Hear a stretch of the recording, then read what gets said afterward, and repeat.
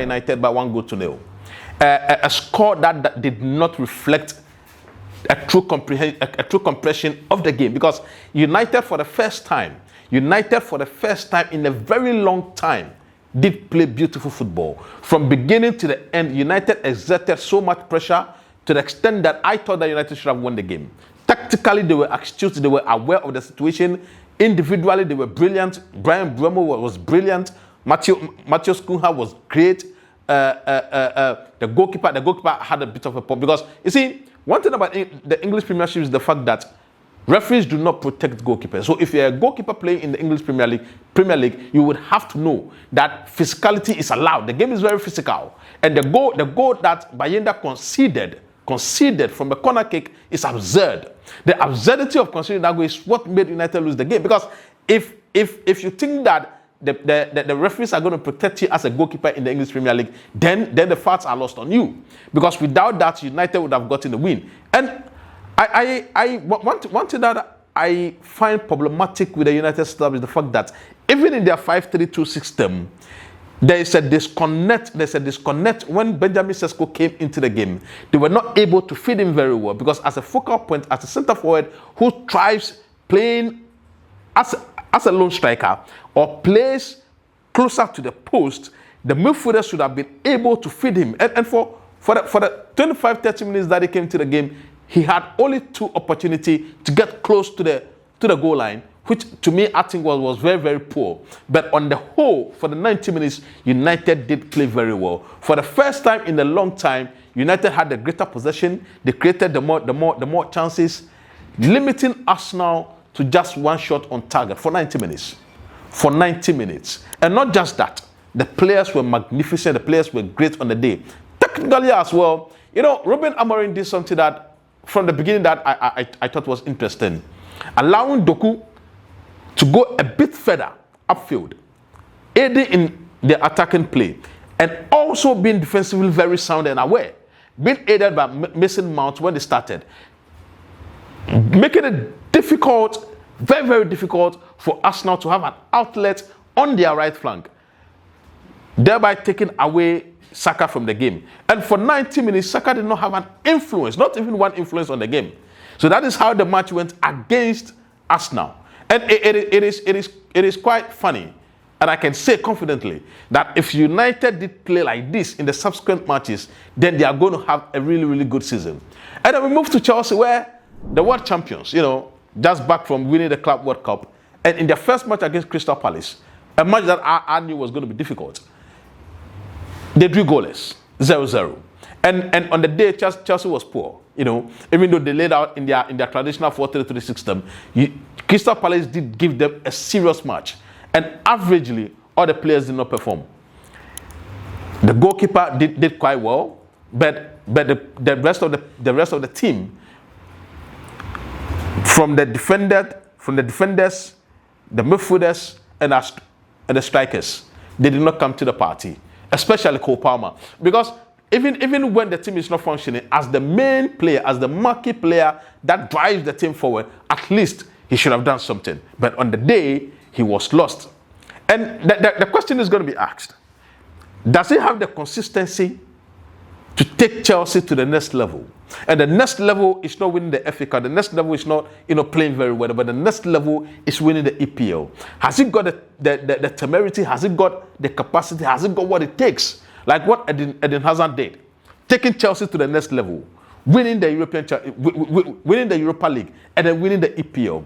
Has Cole Palmer got the nerve? Has he got what it takes to take Chelsea to the next level? But remember, something interesting happened on Friday during the match between Bournemouth and Liverpool. We were served one of the most interesting matches that any first match of the Premier League could serve you. 6 goals, interesting goals, beautiful goals. But Antoine Semenyo was racially abused by a supporter of Liverpool. And one interesting thing is the fact that the way the whole football community came out to castigate, to critique, to criticize the supporter who racially abused, Antoine Semenyo was fantastic. That shows you that the football community is standing together to fight the menace, because at the end of the day, football doesn't know no color, football doesn't know no ethnicity, football doesn't know no race, football doesn't know no nationality. That is why it's a community that involves every single person, be it black, be it Caucasian, be it white, be it Asian, be it black American. Every single person is involved in the game. So we would have to respect each other's race. We would have to respect each other's ethnicity. Wherever any player is coming from, we would have to respect that. And I love the fact that that supporter who racially profiled, who racially abused Antoine Semenyo was sacked from the stadium. But I would want the punishment to go further. Given a lifetime ban, he should never be allowed into any stadium in the UK or any part of the world again. Then, and even fined or jailed. Then the message, the import of the message would be clear. Because at the end of the day, we want to take away racism from football. And we have to. But on the match itself, I mean, what an interesting match. 4-2 against Bournemouth. But you see, Jimmy Carragher did indicate that the defensive setup of Liverpool was poor. And that is true. That is very, very true. But Arne Slot came out and said that, no, this is what football is all about. Imagine going the whole season without conceding a goal. The essence of football is to be entertained. But at the end of being entertained, you need to score goals. And that is the most important thing, because no matter what you do, no matter how strong your defensive setup is, you are going to concede goals. But if you are able to score more, then you are going to win matches. And that is what football is all about. Antoine Semenyo, what a player.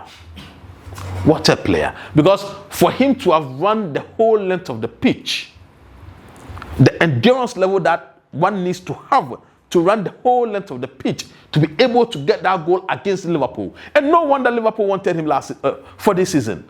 Liverpool made a bid for Semenyo, but he said he was not moving from Bournemouth. So he signed a new contract to stay with Bournemouth for the next 5 years. But based on this performance, and if he's able, if he has the ability to go the whole season playing like this, I doubt if he's going to stay long at Bournemouth, because with this performance, you would have to be playing for a team that is chasing glory, that is chasing trophies, that is chasing being at the upper echelon of European football or the English Premier League. It is also possible for us to realize that at the end of the day, Bournemouth, as a mid-level club, as a mid-table club, has come a long way. For them to go toe-to-toe. Remember, they were not in the defensive shape. They went toe-to-toe with Liverpool. And then the 2 goals that they had coming from Antoine Semenyo were on the counter. Very, very, very, very massive goals for Antoine Semenyo and for Bournemouth as a whole. Notwithstanding that, what very interesting thing that happened on Saturday in the EPL was from Man City. What is Man City cooking? Because last season, the match they played against Wolves was so far the best match that they have played in a year. Because last season they were poor, they were shambolic. They were no near where Man City used to be. But the match against Wolves, what a player, what a team. If you look at the collectiveness of the team, I mean, from the goalkeeping department, from their defensive setup, their midfielders, and you see, you won't even mix the fact that they have lost a key player in Kevin De Bruyne. Because the match they played against Wolves did not have any weakness in them.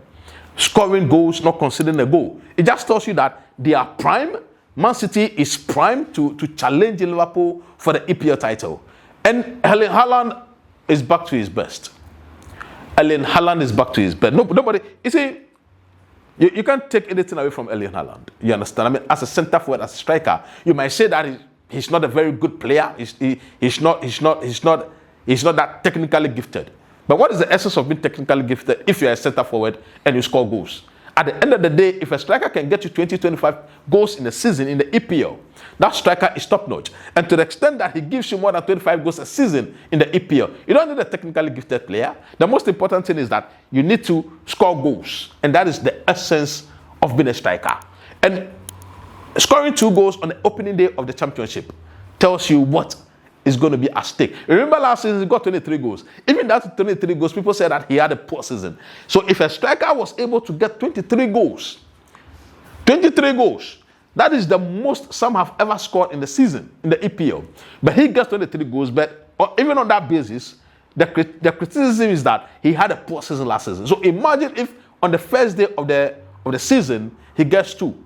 Meaning that he's left with 21 to get to the overhaul of what he did last season. And with the way Man City is playing, I doubt if he cannot get 30 goals. He could easily get 30 goals because he's got the ability, he's got the temperament, he's got the skill set, he's got the tools. And now he has a supporting cast that have got so much intensity with them. And then they play as if there's something at stake. And what is at stake is for them to win the EPL back from Liverpool. Against 9 men, Barcelona won 3-0. But the highlight for me was the fact that Marcus Rashford made his debut. Before the debut, everybody thought he wasn't going to be registered because of the financial problems that Barcelona had, or Barcelona still has. But at the end of the day, they found a way, to leverage their economic problems to register him. And he was massive on the day. The way he has been able to criticize United, because for you to go to Barcelona, it means that you've had good season at where you were. But he never had a good season, never had a great season. So for him to have been, for his handlers to have engineered a move to Barcelona, this is an opportunity for him to go out there and justify the criticism where he said that United lacked vision, United lacked direction, United lacked whatever that is needed to put them at the top echelon of English football. So this is an opportunity for him to go out there and justify himself. And because